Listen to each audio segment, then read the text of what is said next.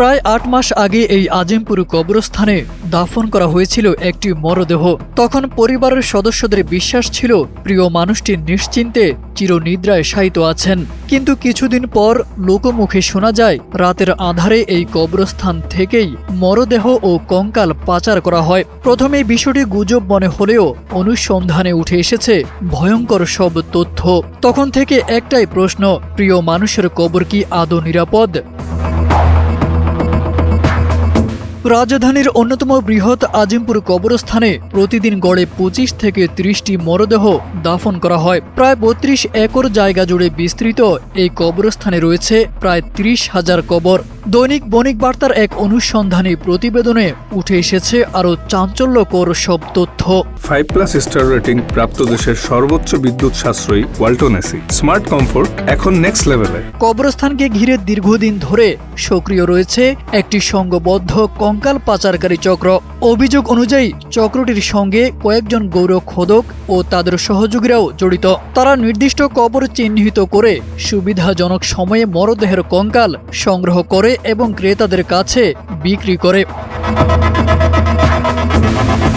প্রতিবেদন অনুযায়ী চক্রটির প্রধান লক্ষ্য ৬ থেকে ৭ মাসের পুরনো নাম ফলকবিহীন বা বেওয়ারিশ কবর। একটি পূর্ণাঙ্গ মানব কঙ্কাল অর্থাৎ ২০৬টি হাড় সরবরাহের জন্য তারা প্রায় ৪০,০০০ টাকা দাবি করে। ক্রেতাদের ৭ থেকে ১০ দিনের মধ্যে কঙ্কাল সরবরাহের আশ্বাসও দেওয়া হয়। অভিযোগ রয়েছে সন্ধ্যার পর কবর খুঁড়ে হাড় সংগ্রহ করে ঘাসের বস্তায় ভরে নির্ধারিত স্থানে পৌঁছে দেওয়া হয়। লেনদেন শেষ হওয়ার পর কেউ কাউকে চিনে না। কবর খুঁজে বের করতে নেওয়া হয় ৩ থেকে ৪,০০০ টাকা।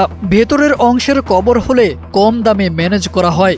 এমনকি কবরস্থানের সিসিটিভি ক্যামেরাগুলোর অবস্থান সম্পর্কেও চক্রটির ধারণা রয়েছে।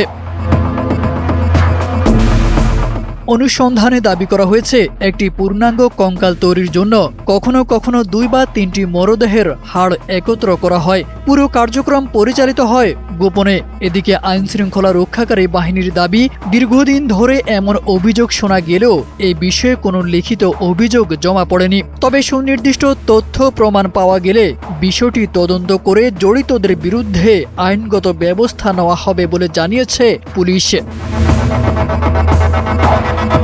তারেক আজিজ খান, NPB।